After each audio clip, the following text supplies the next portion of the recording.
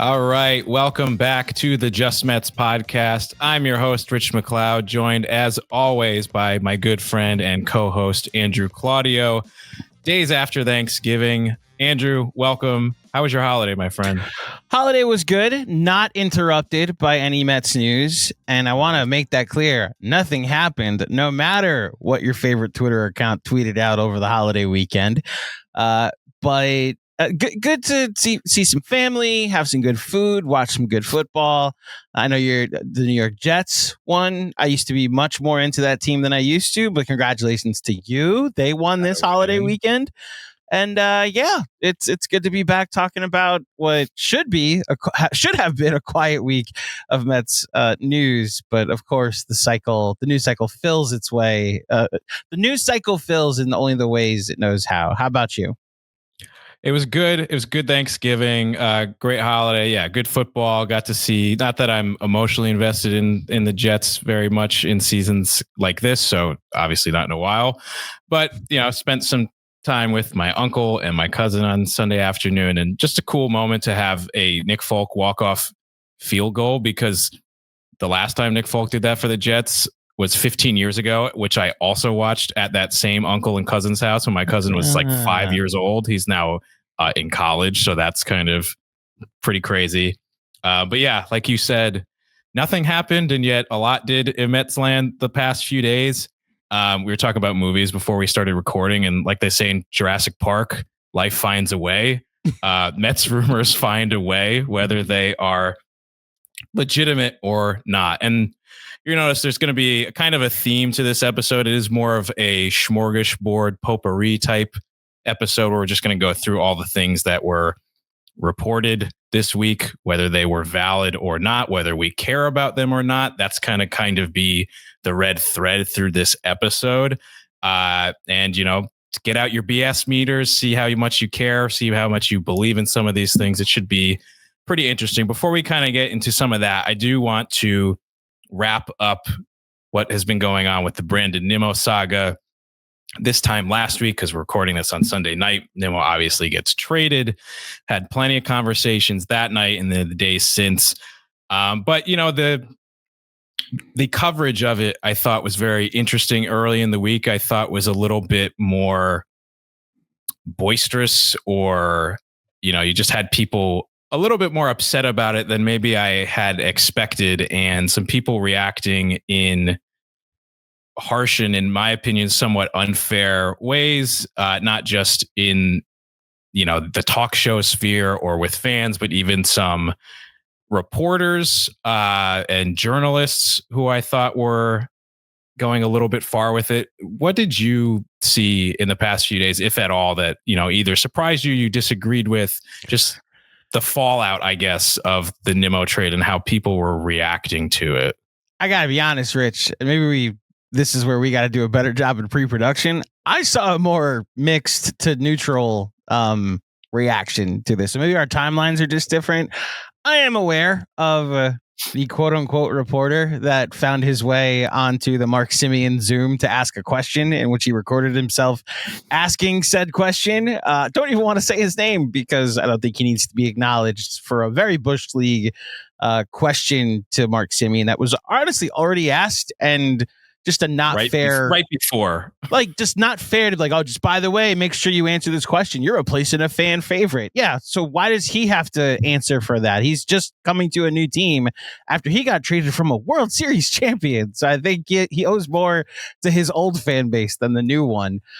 Look, that aside, those hijinks aside, I think I found my way into more like, we'll see what happens as the reaction. Like, I think this does give the Mets more of an opportunity to do more things. And I think that's largely what I've seen is like, oh, so the Mets are now in more conversations than we had them beforehand, because now they have two spots open in the outfield and one of them's a corner outfield spot. Does this make them a legit contender for Kyle Tucker or Cody Bellinger? Do they get in the trade market? Like I spoke on Thursday on Thanksgiving, basically with Mr. Finkelstein, and he brought up Jarren Duran, and I would love Jarren Duran. That's now a realistic possibility if you wanted to trade for him. So yeah, I think the reaction I think was gonna be somewhat loud if you valued Brandon Nimmo and what he did offensively, if you valued having a lifelong Met on the team and part of like your life for the past 14 years. And like I'll send it back over to you in a second, but for me personally, just the quotes from Brandon Nimmo himself that just brought the human element to the forefront so crystal and clearly. This was a guy that loved being a Met, wanted to be a Met forever, was building a house in Port St. Lucie, and made it clear to everybody that needed to hear it that he was like in Port St. Lucie, like made sure everybody that he went to talk to publicly knew he had a house where the Mets had spring training because he wanted to have spring training parties in every March for all the Mets.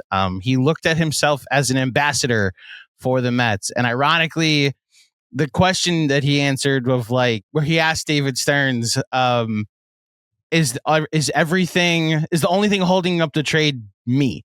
And when David Stearns said yes, he was like, fine, I'll do what's best for the team. Like even in his last move, he was doing what was best for the Mets, which, you don't find guys like that around. So that's my week later fallout and reaction to the trade as we've now moved on, Yeah. And I think, you have the rational reaction to all of it. And I feel like I've been steadfast since the initial reaction which was like, hey, I really liked Brandon Nimmo. I loved having him here. He's probably the only Met to this point that I've seen get drafted, go through the system, and then stay with the team for a decade and have success. I don't think I've seen other players do that yet because they just don't make it. They got drafted before I became a fan, like a David Wright. When I started watching, he was already in the big leagues.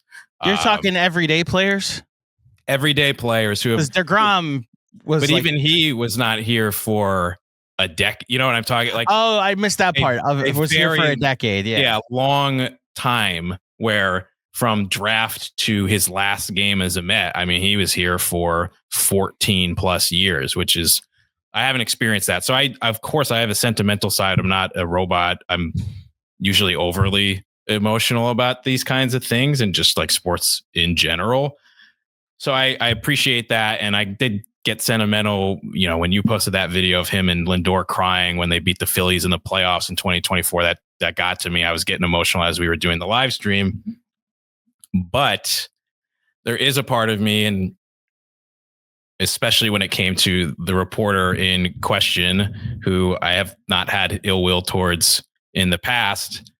There's also part of me that's just like, get a grip, like there are some times where I think, and it's a fine line because the emotions and the attachment are part of being a fan, but like there are times where I feel like people takes it a little too personal sometimes and get attached to players who haven't necessarily won. And I think Brandon Nimmo is in the upper echelon of those types of players, but it just makes me think even about those like 2019, 2020 era teams where everybody's getting attached to Dom Smith and JD Davis and Jeff McNeil back then, and those types of players. And when they started getting rid of those guys, Michael Conforto as well, people got really upset because they were just like, well, these are like my friends. And like, I like them. It's like a parasocial relationship. And they haven't won anything. Like they're trying to be better. And that team had to tank out a little bit until they could, build themselves back up by 2022. But there is also a part of me. It's like, hey, the Mets have been working with this core for a while. It hasn't really been working. They think that they can get better. And I'm at least going to allow them to finish their offseason to see what the vision actually is before I jump in and have like a really harsh opinion on it. There's a reality where in a month and a half, everybody could say, I told you so. And maybe I'll agree with them because I don't like what they did afterwards, after the Brandon Nimmo trade. But I don't know. I just feel like having that big reaction, aside from just like, I'm sad that they traded my favorite player, I think that's totally fair. But like, to then cast like unfair aspersions on the team and say like, well, like David Stearns had a shitty trade deadline, so I'm not going to trust in anything he ever does ever again.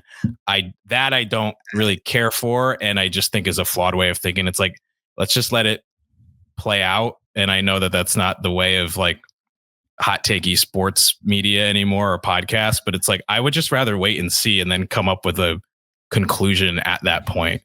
Yeah, I don't pay attention to hot takey media, so I have no idea who you're even referencing in that sense. And look, my issue with said reporter was that he wasn't acting like a reporter in that moment. He was acting like a fan. And if you're going to be a fan and you have access to the credentialed Zoom link, then like that's fine. Don't mask yourself as a credentialed or credible, like unbiased reporter. Then, I have a little more empathy, I think, for people that are just like going to miss Brandon Nimmo. And I know like we're both going to have a part of that, of us, but I don't think they didn't win because Brandon Nimmo was a New York Met. We just went over all the like top 10s on the emergency live stream that he's going to finish in Mets history. The Dom Smith, JD Davis, like Michael Conforto thing, they stopped being productive for the Mets by the time their 10 years were over. With Brandon Nimmo, he's still a very productive offensive player and not unplayable in left field. It was just trending in the wrong direction for the 5 remaining years of his contract. And they, like you said last week, they made a bad contract for bad contract trade, but that was more short term and gave them a little more flexibility long term. That's not, we're like not offering Michael Conforto a contract. That's not like we're going to trade JD Davis for Darren Ruff. That's like we're making a big long-term decision. The decision I think they all kind of wrestled with is more the thing. I don't think they went into this offseason thinking let's actively trade Brandon Nimmo, and they found one trade. Apparently, like the Rangers might have even initiated said trade. Sounds like this is it's 2 different situations for me. Whether or not Brandon Nimmo won or not with the Mets, I don't think affects how much people cared about getting to watch Brandon Nimmo play for the Mets. Especially, we've talked about this in the past, like the baseball season is so unique in that you spend 6 months every night with these players. And so you really do get to know them for the majority of half a year. And Brandon Nimmo was in our life for 6 months every year for more than a decade. So that's I think where that's coming from. Whether he won or not, and I saw some pushback to where I think it should matter that Pete Alonso gets to stay a lifelong Met. Is like, well, what has he won? It's like, yeah, but you can't do that with every player because then you're only putting a condition on your happiness. You then end up just go root for the Yankees. That's what they do. Aaron Judge hasn't won anything for the Yankees, so like you're not going to enjoy one of the greatest players of our generation because of that. No, you're going to hope they win. Don't get me wrong. So that's more where I'm at with that. And to the hot takey people out there saying nonsense, stop. Please stop. So that way Rich doesn't lose his mind. I'd appreciate that. Please stop. They'll never stop. It's on me at this point. And yeah, to close the loop on that one, not comparing Nimmo to that group of players, just more of the mindset. And it's not even to say don't be emotional about it. Like it's okay to be sad about like your favorite players being traded. It's more about just like when I'm seeing that getting leaked into making opinions about other future things, I think that is where it gets flawed, especially if you are a so-called professional reporter. Again, I'm not solely focusing on one person, but that's all I meant about it. That guy doing that one thing, I'm with you. Yes. I think where I agree with you that part of the reaction that has existed, and it's been my real theme since coming on to Just Mets, I don't think there's a large part of this there's a large part of this fan base that just doesn't trust David Stearns, and he's going to have to earn that trust back. And like, that's why I'm willing to call this an incomplete before I even judge whether or not I like the Brandon Nimmo trade. But I'm willing to still like withhold judgment until the end. I understand people that are like, so now I'm also losing guys that I liked on the team, and you may not bring back Pete Alonso. There's the report about Edwin Díaz and disagreement over years. Mm-hmm. Like, he's going to have to earn some trust back with a portion of the fan base, and we'll see what happens over the course of this offseason. Yeah. Well, one direction the Mets maybe will take, maybe they won't, is we're going into some of these reports that we got over these last few days. And this is where it's time to, get out those BS detectors, because this first one is interesting. So earlier in the week, we had a report, if you want to call it that, from Hector Gomez. You've probably seen this guy on Twitter at some point in the last few years. He is a reporter, a Spanish reporter. He tweeted out that, quote, the Mets are favorites to sign left-handed pitcher Framber Valdez. It is expected that they will sign him for 600 years, $200 million. Just as a disclaimer, this was written in Spanish, so this was the loose translation that Twitter offers from Spanish to English. But that was the tweet. Because I think we're just in a bit of a vacuum of information right now, that kind of set Mets Twitter ablaze for maybe 24 hours. What is your initial take on this? Are you taking a lot of credence into this? Gomez is a reporter who has been very hit and miss before, where he's gotten some things correct before. It's not to say he's like never gotten anything right. He's one of these like complete made up accounts that we see. But there's also been plenty of things we've seen him get wrong in the past. You're hitting on it. I have no idea. That's my answer to your question. I have no idea how to take this. He's been right and early on so many things. He's been completely wrong on so many other things that it's the definition of throwing stuff at the wall and seeing if it sticks. Speaking of just digging through Hector Gomez and I don't want to make this conversation about him. We'll talk about Valdez and like the actual thing he reported. But there's a tweet from about 11 days ago. Another family achievement that commits us to try and keep doing things the right way. His brother has been named first base coach of the New York Mets in Major League Baseball in 2026. Is he actually Gilbert Gomez's brother? Or is that just like mi hermano? Like, I have people that I call my brother that aren't actually blood, but like then there's a picture of him with Gilbert Gomez.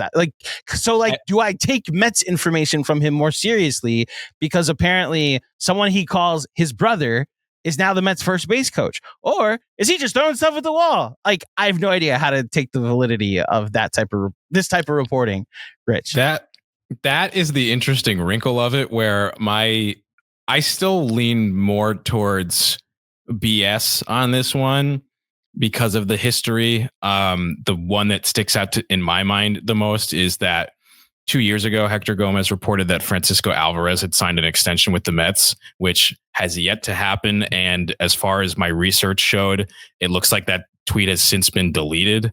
I wasn't able to find it this past week. But as far as I was able to tell, I do believe Hector and Gilbert Gomez are actually brothers. Right. So, I mean, is Gilbert Gomez a week into his Mets career leaking sensitive information to his brother, who is also a reporter? Because the Mets would easily be able to track that down pretty quickly. Right. And I'm not sure that, I don't know. I mean, people make curious decisions all the time, but it wouldn't be something I would do, especially when I'm just starting a job, and maybe they would be keeping their eyes on me even more, knowing that I had a journalist for a brother who wants to break baseball news. Right. I don't know. It goes to the complicated, and look, Hector, if you're watching, I don't mean this as any slight personally. You don't have the greatest track record for me personally to put you on alerts, to put you in like the upper echelon of like, keep working on it. I'm not like saying I won't ever trust you, especially since apparently your brother is the first base coach for the New York Mets. I obviously have to take this seriously, and I thought Mike Barron did a good job of really talking about the Valdez portion of it, which I guess this is where I then ask you, would you be okay if they signed Framber Valdez to a 6-year contract of over whatever the number was that he mentioned? $200 million. Yeah, like if that's the Mets ace move that we were talking about, is that something you're okay with? No. Me neither. There is a scenario where Framber Valdez is on the Mets, and I feel pretty good about it. He is he's a stocky guy. He's a little bit shorter. So, you always think of like the shorter guys, like, do they age gracefully? He obviously is not reliant on his velocity or missing bats. So you wonder how that's going to age, but he generates a lot of contact, a lot of weak contact. He has been good to very good quite consistently for several years now. He's also been a workhorse, which the Mets desperately need. And now they have a very good defensive infield right now, with obviously first base is still a question mark, but Beatty, Lindor, Semien as 3 of those 4 spots is really, really good. It looks like they're probably going to upgrade defensively in some way in the outfield, though we don't know yet. So bringing in that kind of pitcher does make a lot of sense, and I could see that working out. However, I think David Stearns at some point this offseason is going to get out of his comfort zone because he has to, and he has to shake things up in a meaningful way. We're already seeing that with moving Brandon Nimmo. I just don't know that giving a 32-year-old not swing and miss pitcher a 6-year, $200 million contract is that the bullet he's going to use to go out of his comfort zone. It doesn't seem like the direction he would take. If you could get him on a shorter term deal, 3-4 years, which I don't think is likely because we'll get to this later in the pod, but Dylan Cease off of a bad year got a 7-year deal. He is 2 years younger, but he got a lot of money, significantly more than Spotrac and other projections had thought he would get. It seems unlikely, but if for some reason his market cooled a little bit and you could bring him in on one of those types of deals, then I would consider it. But at 6 years, $200 million, which is what Hector has said, I'm okay to walk away from that personally. Yeah, I gotta be honest. Dylan Cease, I was very okay with what the Blue Jays gave Dylan Cease. He's 2 years younger, has all the underlying numbers that would tell me that like the swing and miss stuff is still there. Just like also a guy that pitches, as weird as that sounds, like you're going to get 30 starts from Dylan Cease if he's on your team. I have a bit more skepticism with Valdez that especially a 6-year contract, goodness, the last 2 years, maybe even the last 3 years of that is going to be awful. And so, yeah, I would hate if that's the alert that we got. I agree with you about Stearns having to go out of his comfort zone. One thing I didn't mention in the Brandon Nimmo portion, which will come up when we talk about potentially Pete Alonso, is that like now only having the Semien contract on your books, that's 3 years of $72 million. Year 4 and year 5, if you're looking to give out a 4 or 5 year contract to anybody this offseason, now is much cleaner on your books. So investing in somebody long term can potentially be something you do this offseason. So maybe that is how they're more comfortable going to 4 years, even 5 years with Valdez. If I see a 2 on a contract and it's Valdez, and this maybe even goes to my senses about how real this is, and it's not like you're just saving your chips for Tariq Skubal next offseason. Like, yeah. I more expect that type of contract to be handed out, or that type of payroll space to be handed out for the next true ace that becomes available, that's much younger and has won back-to-back Cy Youngs. Yeah, I don't see the Mets giving any pitcher $200 million this year. just looking what's left on that market and knowing that one, you probably can't get Tariq Skubal, caveat number that starts with a 2, but I was going to say caveat is non-trade extension. Like if you were to trade for someone and extend them, and you're right, if you're saying like you trade for Skubal, a 2 is going to get you laughed out of the meetings. Yeah, and he's not going to extend anyway. Like he's hitting free agency, so it's almost kind of moot at that point. And you're looking at the other guys. No, Ranger Suarez, like no way. I wouldn't touch him at all unless he's taking a 1-year deal, which he won't. And then you're looking at like Michael King and those guys of the world who they're not going to get anything near those numbers. So yeah, I don't think the Mets are going to spend that level of money on a pitcher this year. Yeah, and I definitely would not do it for Framber Valdez. Like I said, there's a fit there, but just not for that contract. Now we're going to get into some of the juicy stuff. You don't want to hit the rest of the moves that were made this week, or are we going in order of things that happened? We were going to do that at the end. Okay, so Helsley and anything else. Okay. Yeah, we'll save that for a little bit later. I want to stick to right now the BS detector on all this stuff. And this is the Mike Puma article heard around the world, as we're calling it. There were 2 main things that I guess came out of this article that came out from the New York Post. I believe this was the day after Thanksgiving. This came out, Black Friday. It was a Friday news dump, indeed.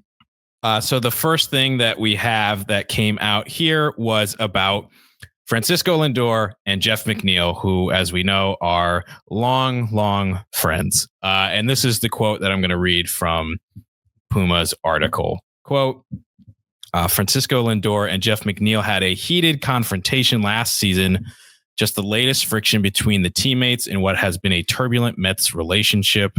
After a defensive lapse on June 20th in Philadelphia, an angry Lindor at some point began verbally attacking McNeil, according to a source, leading to what was described as a tense standoff between the two.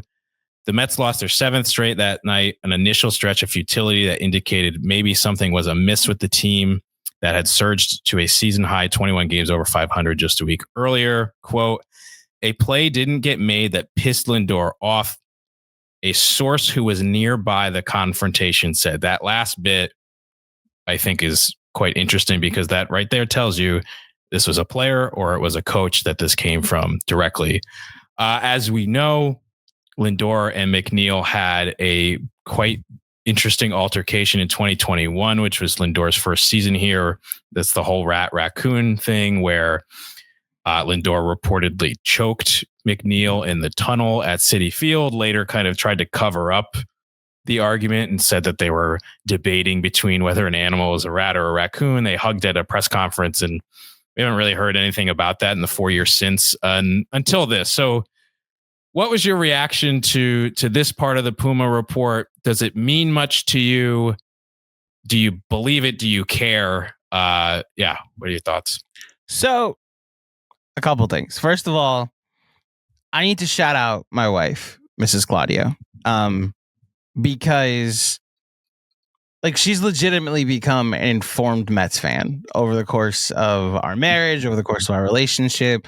So this season, she knows the stakes. She knows about letting Pete walk potentially. She knows about letting, like when Nimmo got traded, it was like, oh, we love Nimmo. Wait a minute. Like you could actually have a conversation with her about the qualifying offer and everything. So I preface all of this with the conversation I had to try and have with her explaining the rat-raccoon situation that happened from 2021 was one of the more surreal things. It's like, oh yeah, that stupid thing happened where both of them weren't getting along in the beginning of Lindor's tenure with the Mets. And I just looked at it like, okay, so this is back. Their conflict is back.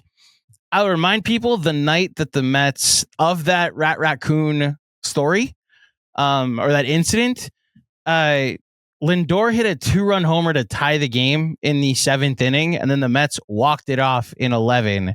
So the vibes were high. and it kind of made it all go away for the next couple months. Yes, the altercation and then the post game Zoom press conference made it go away.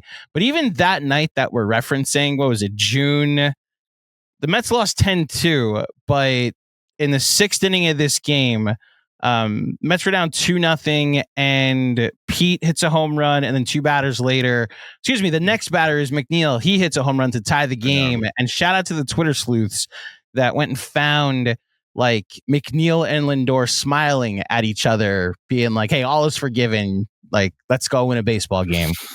And it's why to this like altercation in particular, I think it more informs why I will not be shocked if Jeff McNeil is traded or off this team, especially since the Mets just traded for a second baseman. But in general, just on philosophy, I don't mind if teams have friction, if competitors like get in each other's faces. I think that's good for teams to go through. It shows like you still care about the end result, still care about winning. So I actually don't mind that this happened. Mm-hmm. And I'll just add, like, man, who hasn't had last season? I had altercations with this team all throughout the year because of how frustrated I was. There better have been some friction in the locker room after the season that we just watched and that collapse that we saw. If I found out at the end of the year they were all just like friends and went out to dinner, and like, yeah, they had a blast last season. No, something was wrong last year. And as frustrated as we were, I'm actually somewhat happy to hear that it was also pretty frustrating in that locker room as well. So the actual incident and this Jeff McNeil, Francisco Lindor conflict coming up, that's my reaction to that. I now hand it back over to you. Yeah, I don't believe anything in this story, including what we're going to get to after this, is made up. I am just not buying the importance that this article is trying to give to some of these things, where I 100% believe that this happened. People have tried to find the play in question. There's a couple, there's no obvious moment or like game losing play. Like you said, it was 2-2 game.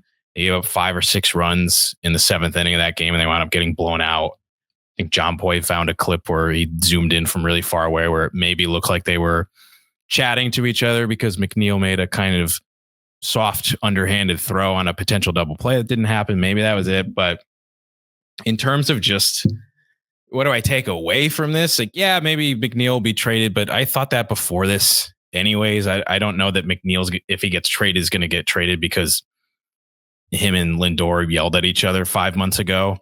I think there's just other baseball reasons to do that. And I again, not to overly take stock into people's reactions to it, but, I saw there was some contingent of people who, thought that this maybe didn't look good for Lindor, who's trying to be the captain of this team. And to that, I would just say, like, is this not exactly what a captain does, is hold his teammates accountable? I mean, David Wright, the beloved David Wright and last captain of the New York Mets, one of his most famous moments is that he threw Noah Syndergaard's lunch in the garbage because he was eating lunch in the middle of a spring training game and he wasn't supposed to do that. You can agree or disagree with the method of that, but people liked that at the time. People loved David Wright and thought he was a great leader for this team. That is the kind of stuff that you do as a captain, is you're the guy who calls people out on their shit when they're not doing what they're supposed to do to help the team win baseball games, and you have the credence to do that.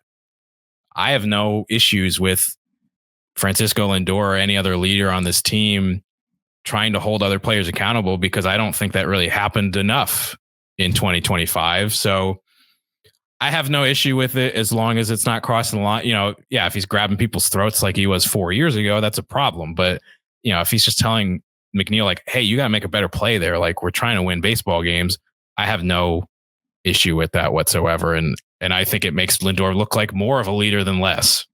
Yeah, I had no questions about Francisco Lindor's leadership before or after this incident, to be honest. So I don't know what the reaction was, nor does it change my opinion. My question really is more who's the source here? Who's the person near the altercation?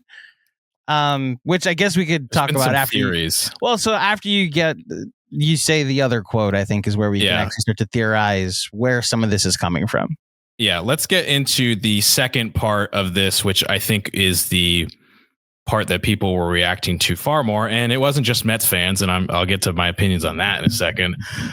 This was about, yet again, the Soto and Lindor of it all, the relationship that the media is so trying to crack here.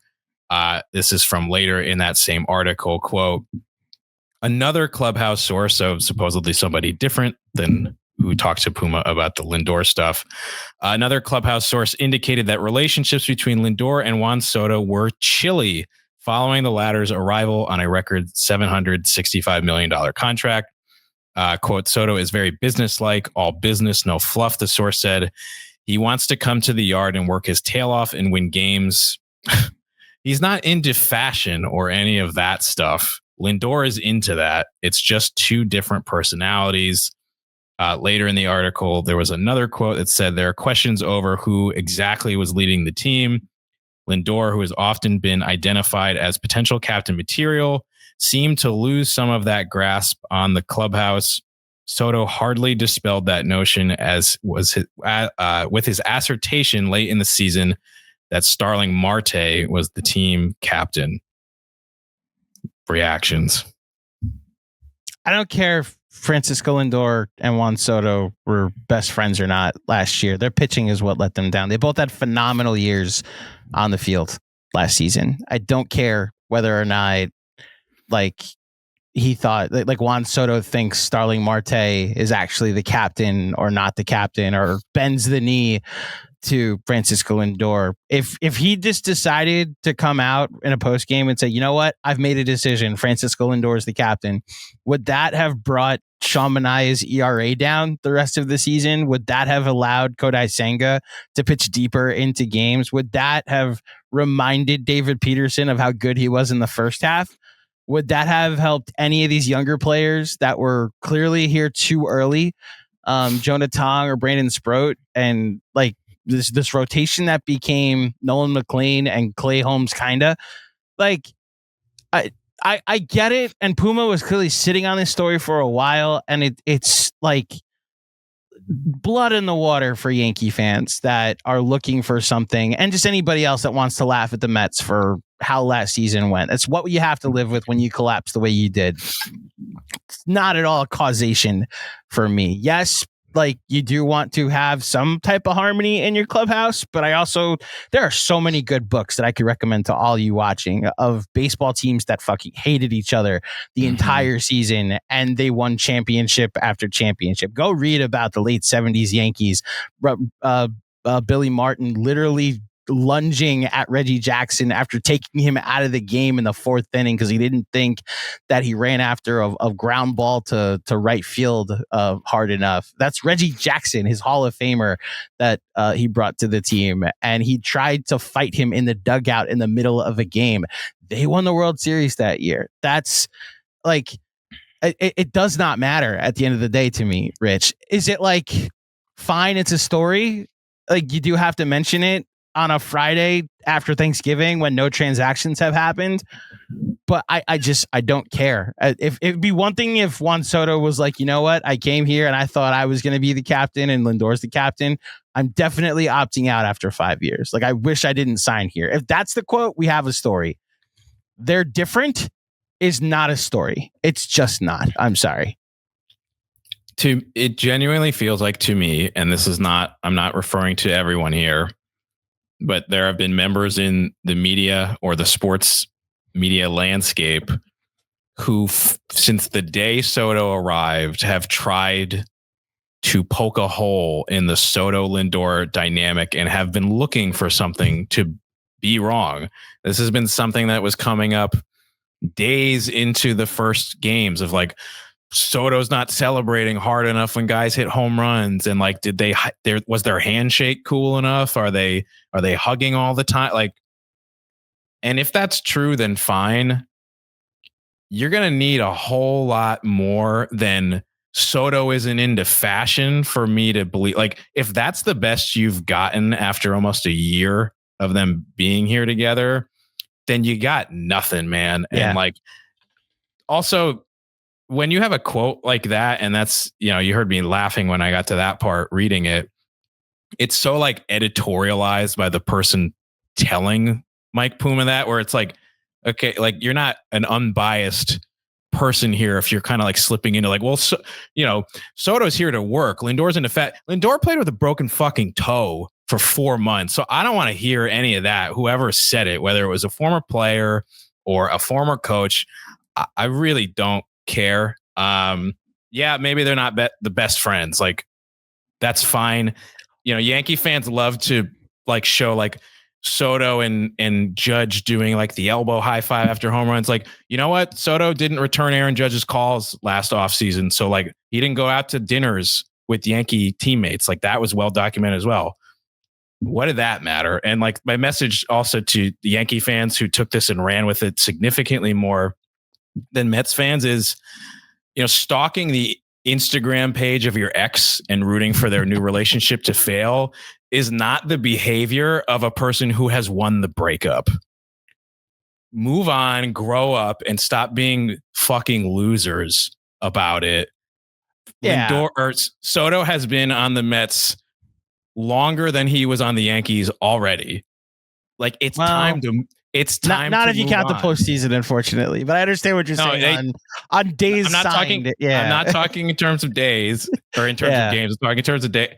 It's already been like 20, 30 days. Like, when Soto's career ends, his time with the Yankees will be a blip. It less than the Padres.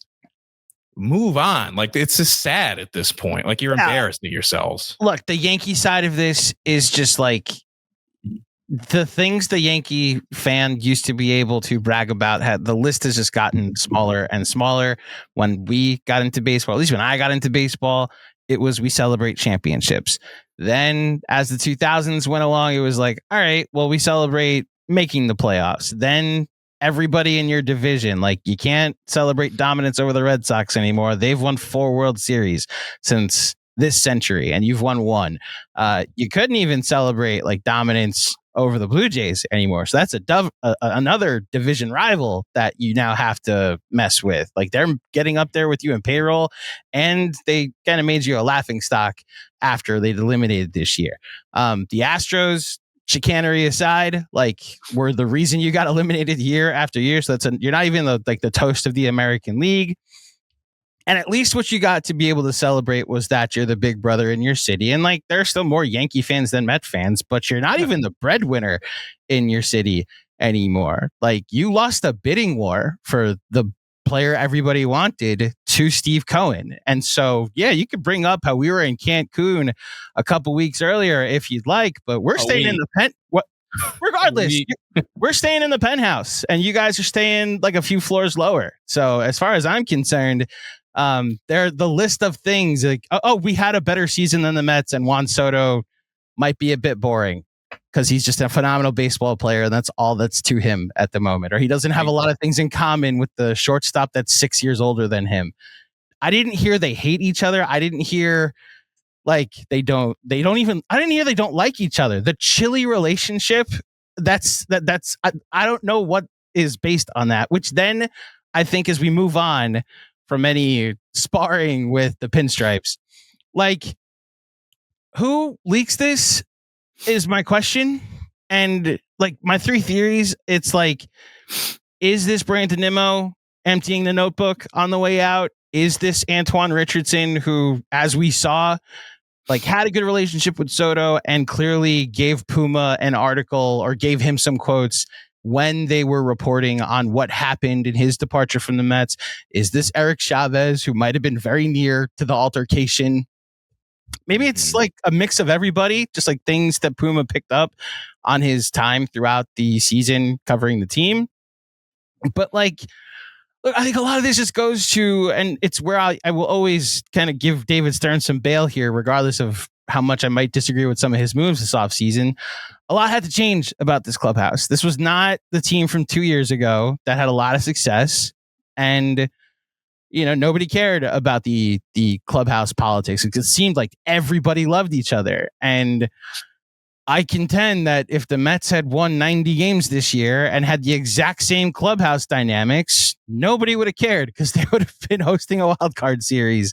And who knows what happens if they play the Padres or the Cubs or whoever, right? Like, all of this goes away if they win. And so I don't know if you want to weigh in on who you think the sourcing might be, but I'm at the point where if next season we hear that Soto and Lindor are starting a podcast like Josh Hart and Jalen Brunson and they win 75 games, nobody's going to write the article. Yeah, but the clubhouse is so much better this season because Soto and Lindor have joined forces. No, they're going to be like, oh, they stink. Like that's the story of the 2025 Mets. Not their two highest paid players don't have the strongest relationship. It's they stunk for 4 months on the field. Yeah. And the timing of this is curious because, again, not that these are as inflammatory as they were presented to be or as some people are taking them, but this is the kind of thing that comes out 1 to 2 weeks after a season like this.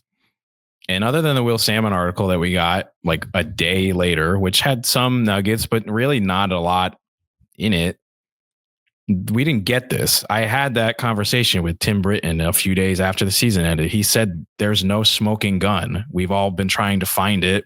He said players even off the record said like, there's nothing there. Yeah. And if all we have, even after all this, is one verbal argument in June and an editorialized comment about fashion, like, it seems like there really wasn't anything. And a lot of people, it seems like the consensus or the conspiracy theory that is the most popular is it's Brandon Nimmo. I heard Evan Roberts even say this on his Rico Bronya podcast the other day. Hard to say that. Well, it must be Nimmo, right? Because this came out 5 days after he gets traded. I would like to remind people that 3 other players were non-tendered 2 days before that, and the Mets let 8 coaches go on November 19th. This is all in a 1 to 2 week span. That's a lot of people. It could even be people still with the organization, but that's a lot of other people. It's outside of Brandon Nimmo. And going off of the things that Brandon Nimmo was saying publicly and the person he has been his entire time in New York, and the fact that he waived his no trade clause to benefit the team who was trying to get rid of him, it seems out of his nature. I'm not going to say it's impossible that it was him. I also don't think it really matters. Like, it could have been any of these guys. I bet a lot of those coaches probably have way more sour grapes than Brandon Nimmo has. Brandon Nimmo had loyalty. Most of those coaches, aside from Hefner, were not here more than a couple of seasons. So honestly, probably one of those guys who just is like not happy with the team for whatever reason. And it probably doesn't even really matter because I believe the things that have been reported. I just don't think that they mean very much. And, you know, my BS for meter or whatever is like low, but my care meter is also very low on this one. Right. I think this is something that I think Mike was sitting on for a while. And when he got enough sourcing to back up everything was when he decided to release it on Black Friday. Like you said, it's the relevance that I think I'm having a hard time connecting to why they were so bad. Like the conversation we just had about their pitching, the conversation we're about to have about one of their starting pitchers potentially not being there anymore. That's more my concern. What's this rotation going to look like? I don't care if Soto and Lindor like do their press conferences together. Like, who pitched? Was he good? Great. They'll probably be much better because their offense was really good last year, and their pitching was one of the 5 worst in the sport for 4 months. So that's more where my focus is. Yeah, and a very good segue, Andrew, to the latest report, I guess, that we got from Will Salmon. I believe this came out Sunday morning that said, you know, maybe Senga isn't so done with the Mets like we thought he was.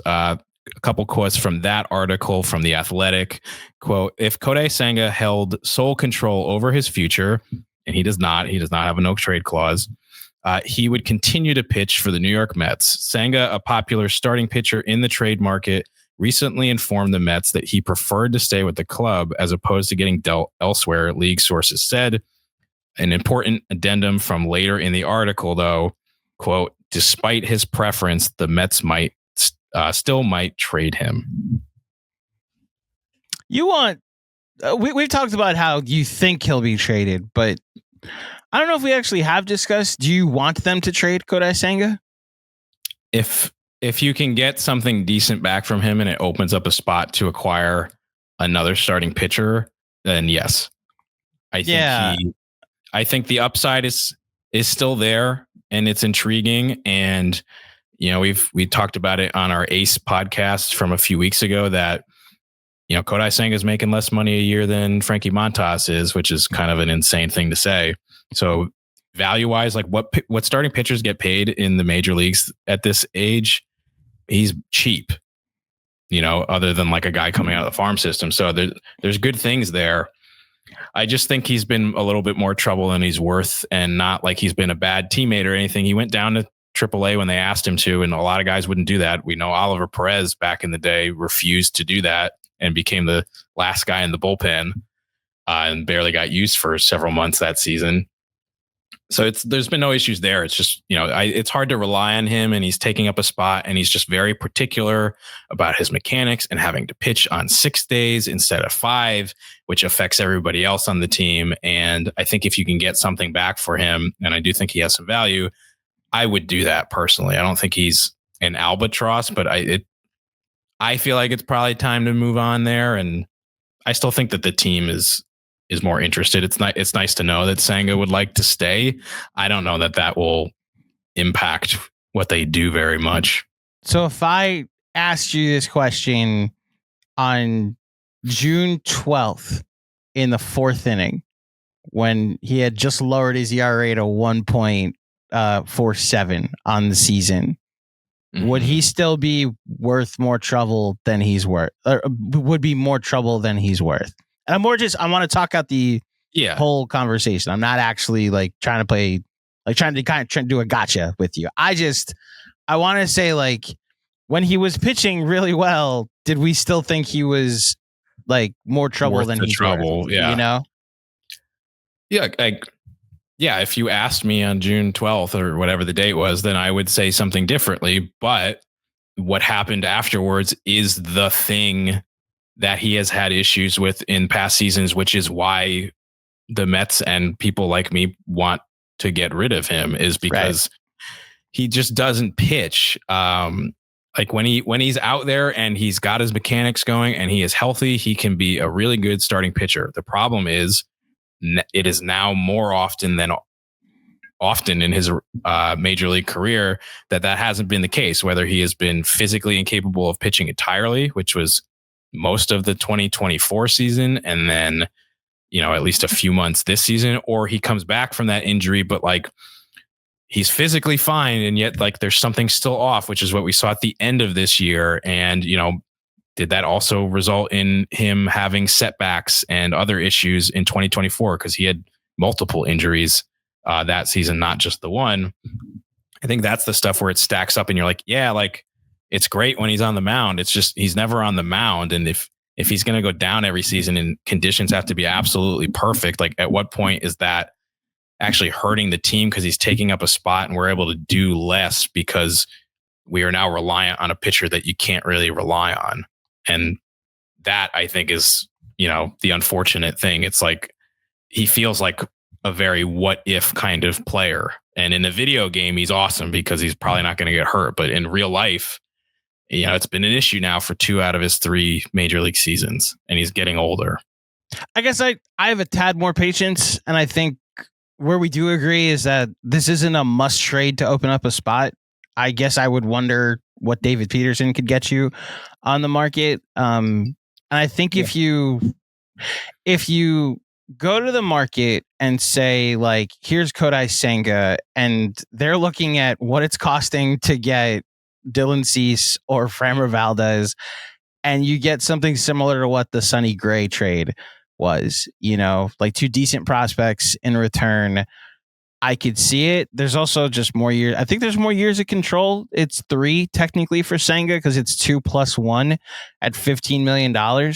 So That's value I wonder if the Mets should consider as well for your number 4 starter. And I think that's more what I'm trying to recontextualize, that if you're asking him to frontline your rotation as your ace, as we discussed a couple weeks ago, you're in big trouble because you can't count on him to be your starter, your ace for a full season. But like those 8 starts after the All-Star break where his mechanics were messed up, horrific. He had a 6.56 ERA and it raised his season ERA to 3.02. If you're telling me I get a full season from my number 4 starter and it's an ERA like barely above 3 for the season, those are good numbers, even if it's the two extremes both ways. I'm okay with that being in my rotation going forward and potentially rolling the dice to see, as long as 2 freak injuries don't happen because my first baseman threw a ball at his back rather than at his glove.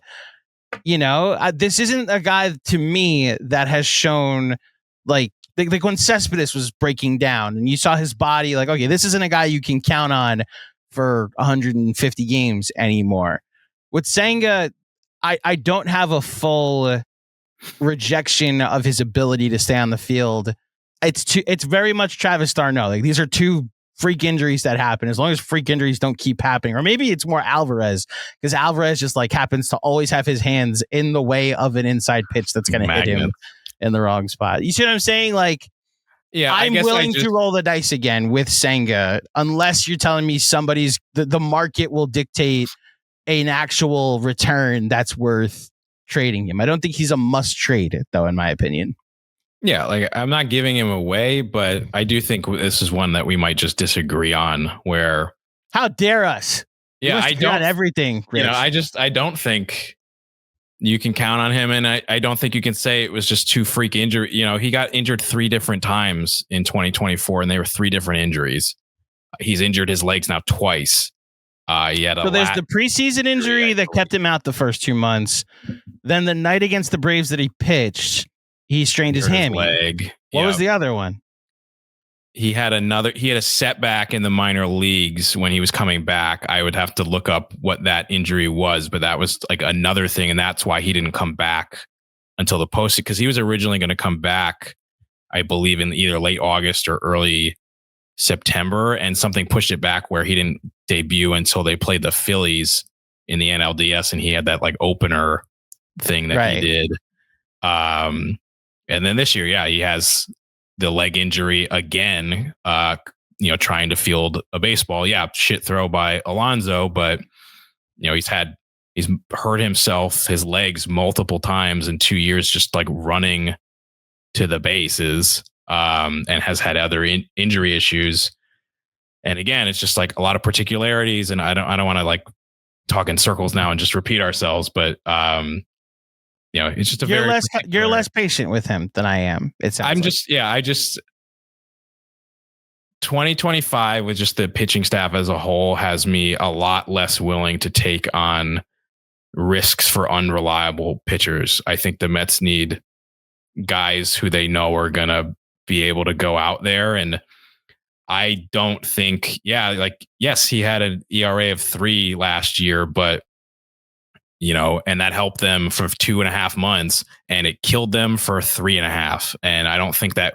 Well, he was only there for 8 starts of those last 3.5, so you can't fully blame him for that. And his absence also killed them. If you want to do that, okay. We were stuck seeing Paul Blackburn because Pete Alonso threw a throw at Paul Blackburn. Yeah. The Blade Tidwell bullpen games, like everything they had to do, like it all stems back to that injury, and they had to account for him. And so the combination of him not pitching and then coming back and not being able to pitch well really hurt them. And it wasn't the only thing. A lot of things went wrong that year, but it just has me.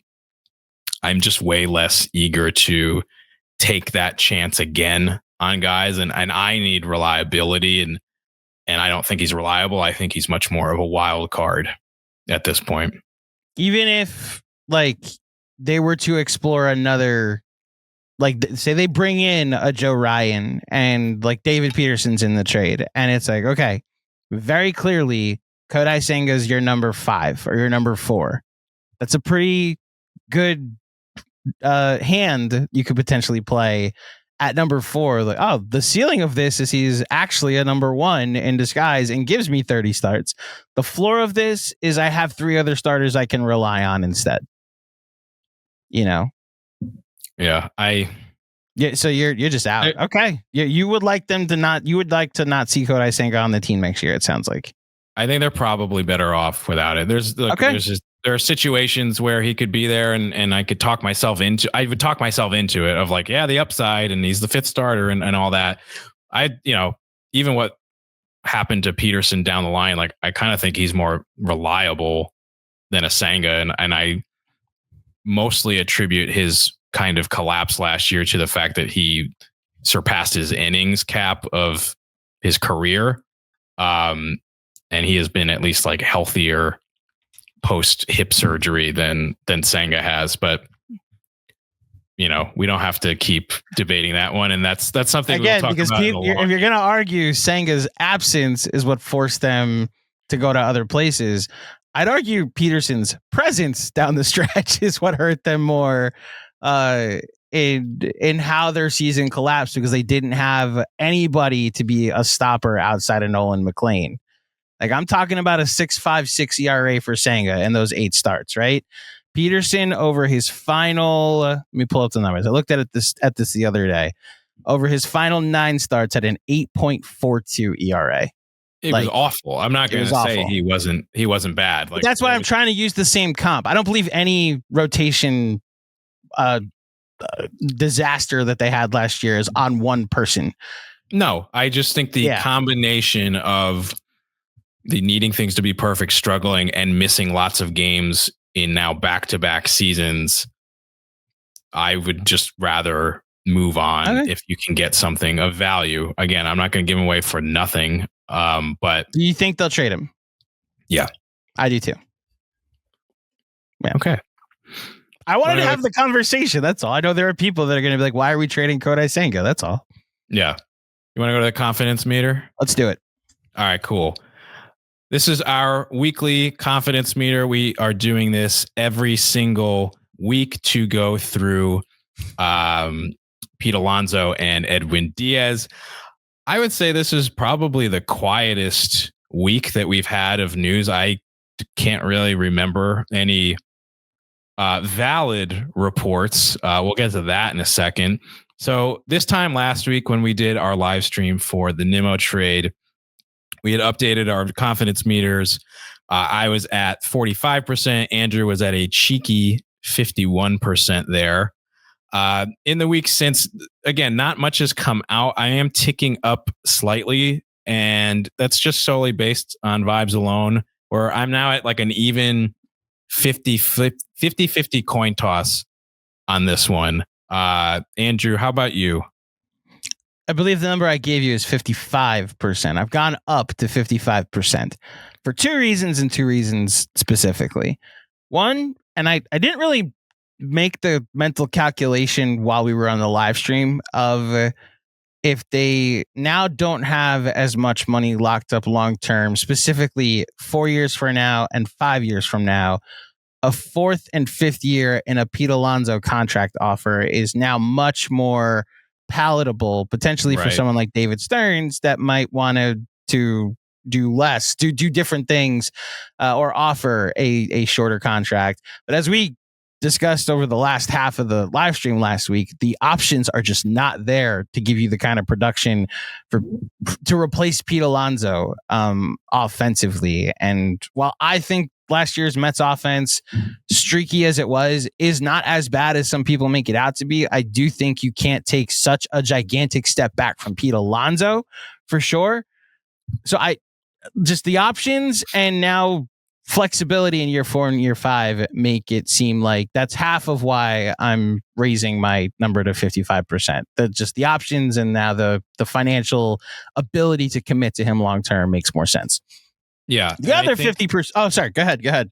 Yeah, I just want to add, like, I think that is a good way to think about it, and was something that we didn't really, our brains didn't go to right away when the Nimmo trade happened. Was like, we're thinking Kyle Tucker, Kyle Schwarber, all these big guys, and maybe they still do that, but it's also, there's less money on the books in 2027, or 2028 and beyond that you can now maybe allocate to an Alonso or a Díaz or maybe other acquisitions that, they might not have been as comfortable doing. They don't actually have a lot of players who are being paid guaranteed money that many years in the future right now, which makes it easy. But I'm very curious. It's not just a lot of players, Rich. It's just Lindor and Soto, the two people that hate each other. Like, they're the only people under contract for 2028 and beyond.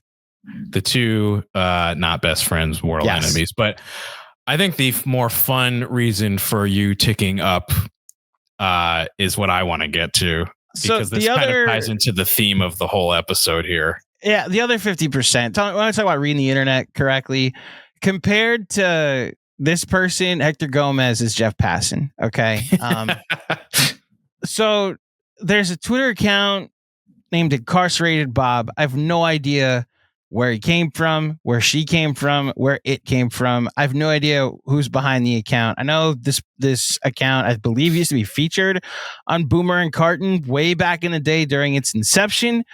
That show hasn't existed in a long time. This account hasn't gotten any more credible. But this account tweeted out yesterday, breaking: Red Sox are prepared to make a monster offer to Pete Alonso, and he's leaning towards accepting after feeling disrespected last offseason. Major blow to Mets lineup if Pete leaves, and huge addition to Red Sox in AL East. That was yesterday in the middle of the day. And it led all of the aggregators who are so good at their hobby and looking for stuff to do, to start like repurposing it as half. For those of you that says rumors, good on you, because this is a rumor. For those of you that said reports, shame on you. This isn't a journalist. Report or inside news or info. This is a Twitter account that I don't know anybody that's ever been like any of the baseball aggregators or the baseball newsbreakers that we've gone to that's ever been like, here's the report, here's what happened. Incarcerated Bob was on it first, though. Like, nobody's ever credited them with this news. So because Incarcerated Bob is not going to be correct on this, Pete Alonso is coming back to the Mets. I'm even more confident now. So that's the other 50%. Man, when I saw that it was trending yesterday, Mets about to lose, like Pete Alonso to the Red Sox gaining steam, and then just icing on the cake, one of the friends of mine that does not know how to read the internet correctly, hitting the group chat up with, I feel like Alonso is basically gone. Why? And then he sends me the screenshot of the Twitter trending that Pete Alonso to the Red Sox. And I just said, this is the tweet that's based off of. This is your source. Like, go play with your children. Anyway, go ahead.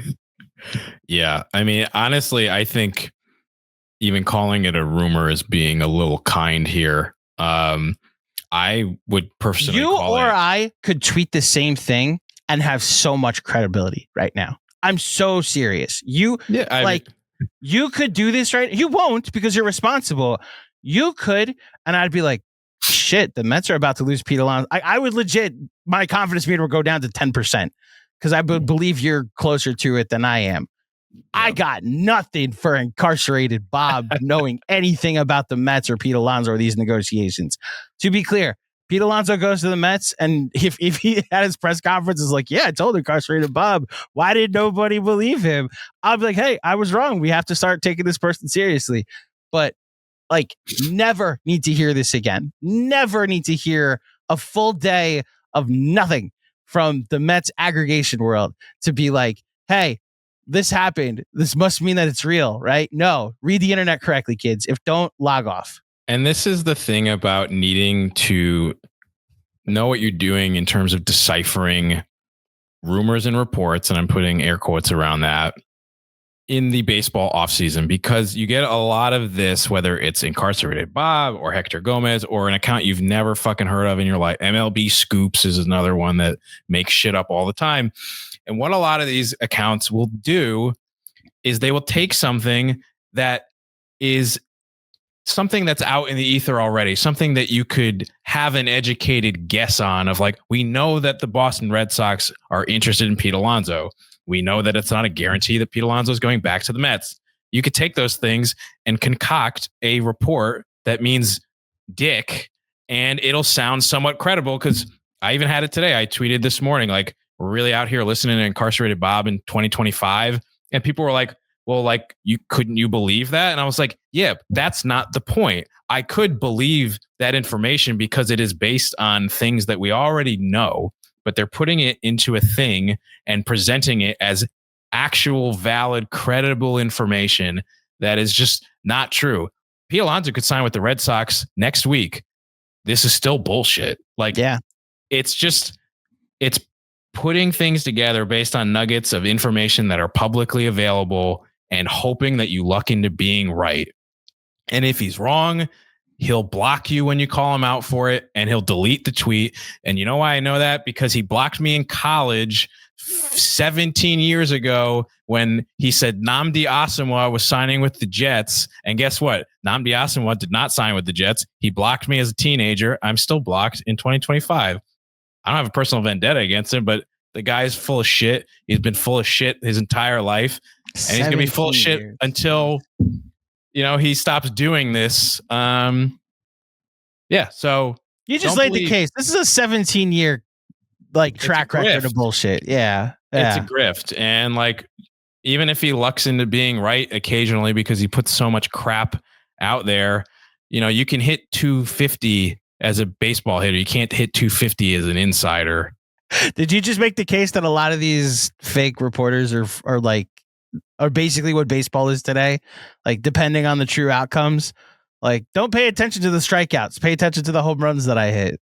Like, nobody's paying attention to the 320 hitters anymore with low on base percentages because they're reporting smaller news, Yeah. I mean, I would argue that in baseball, you can hit 260 and still be a really valuable player.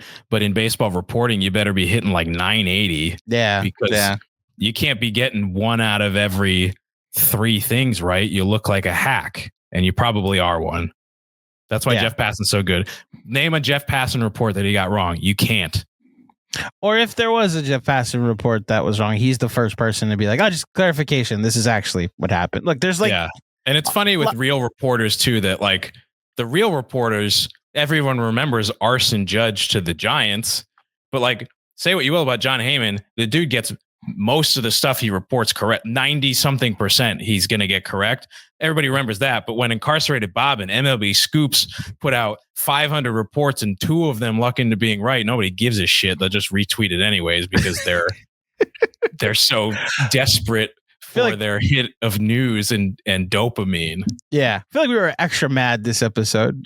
Very frustrating week when nothing happened and I was made to feel like a lot happened. It's just silly the cycle that we go through every year of like people just putting garbage out there and getting credit, like getting traction from that. And it's just like, it's nonsense. And I want people to be smarter about the news that they're getting and just be more aware of like who you can trust and who you can't trust in the media landscape. And here's the other thing. If the Incarcerated Bob thing or the Hector Gomez report were actually credible, you don't think one of the real reporters would have had something on this by now in the several days since? They would have. They have said nothing. That also should tell you something.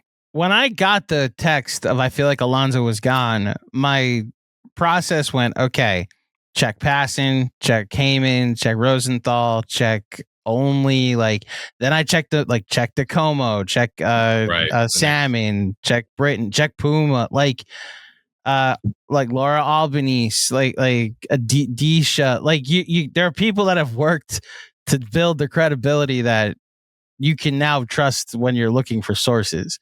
And it was just very annoying that so if you want to put the confidence meter back up, I'm even more confident that that's wrong and that Pete Alonso will end up as a New York Met at the end of the day. If we want to go to Edwin Diaz, I'm still at 50-50 because that's what he said, 50-50. Yeah, the Edwin Diaz thing, I was at 60% last week. You were at 50%. We are both boringly enough, are sticking exactly where we are. I believe this is the first time for either player that we haven't budged. Just no new information has come out about Edwin at this point. So I'm still comfortable being at like my slight edge to the Mets. You have them at 50-50 still. Again, nothing came out. There's, I'm feeling as confident in it today as I did last week, and we'll see if that changes in the next week. I'm hoping that as we get closer to the winter meetings, or maybe one of those early days, this Edwin Díaz comes off the confidence meter because he has signed with the Mets. But yeah, this past week, like, there's really no movement here for me. Yeah, the only thing that even changed in the market is that former Met now, Ryan Helsley, is going to be the closer for the Baltimore Orioles. He signed a 1+1 to go to Baltimore as their 9th inning option, not as a starter, as some people were putting out there. That would have been hilarious. Yeah, he got 1+1 and at $14 million each year. So, although we actually haven't seen the breakdown of is each year 14 million or is like one year weighted differently than the other, I would imagine it's 14 and 14, but like that's the only change to the market we saw. And I don't think it's going to affect Díaz in any way personally. So we will see what happens a week from now when we're looking at the winter meetings potentially about to start. Yeah, it may not be completely accurate because I don't think that the signing is official yet. Hasn't been announced by the team yet. No. Spotrac does have it as an even split. That might just be the automatic thing they do early on, but we can keep an eye on that. But yeah, I don't think it's going to impact Díaz's market at all. I think it just proves like Ryan Helsley, maybe more than anybody we've seen in recent memory, really tanked his free agent stock just because of like 2 bad months, and they were really, really bad. Even I guess this is something maybe Passan got wrong, or, he had said, he thought Helsley could still get a 4-year deal, and maybe that was out there for less money, and Helsley winds up taking that kind of prove it deal that we expected he was probably going to have to take. He gets that player option for 2027 as like a safety net, but with in all likelihood will be opting out after 2026. So yeah, I don't, if Robert Suarez were to sign, and I would have to think he's not signing before Díaz because he's going to be the next guy that gets paid. But if he signed, that would be a guy whose contract I would look at and see what he got, or if some kind of closer got extended. Maybe that's something you look at for Díaz, but otherwise, like, I don't think many guys are going to be able to impact what Díaz is going to get. So I still think we're going to wind up at a happy medium between that. Mets want to go 3, Díaz wants 5. Like, what's that 4-year deal that they can settle on? And is that going to be like $20 million a year, something around that, maybe a little bit more? We'll see. Yeah, it's 50-50. I could see 4 years, 90 for Díaz being the number. And then I could also see the Dodgers swooping in and saying like 5 years, 125 for Edwin Díaz being the number, and 120 of it is deferred. Like I am prepared for either outcome with Díaz. A little more confident with Pete after really crunching the numbers and seeing how desperate we are for news to exist. So yeah, I'm also expecting it's 10-12 p.m. at night. While you're editing this week's episode, I'm fully expecting like Díaz to the Blue Jays, Pete to the Red Sox to break in like a matter of moments. So at least if they're gonna Framber Valdez to the Mets for 2 years, 6 years, if they're gonna screw up the whole episode, at least have Pete and Díaz come back. Yeah, but yeah, man, funny enough, we said, oh, this will actually be a shorter one, and this probably winds up being one of our longer non-live podcasts. Man. We're just out here podding, man. We're just out here podding it up. But yeah, I would say I think we've covered everything from the past week, fake and maybe not fake. Those, we actually kind of seamlessly discussed the 3 signings or trades that had happened this past week with Cease, Gray, and Helsley. So we really got to everything. So good on us on the Sunday after Thanksgiving. Andrew, this was great as always. To everybody who has been listening, We appreciate your support. If you're watching on YouTube, please make sure you like and subscribe this video. If you're listening to us on any of the podcast apps, please give us a 5-star rating and review. It helps us do everything we're trying to do here as we want to grow the podcast.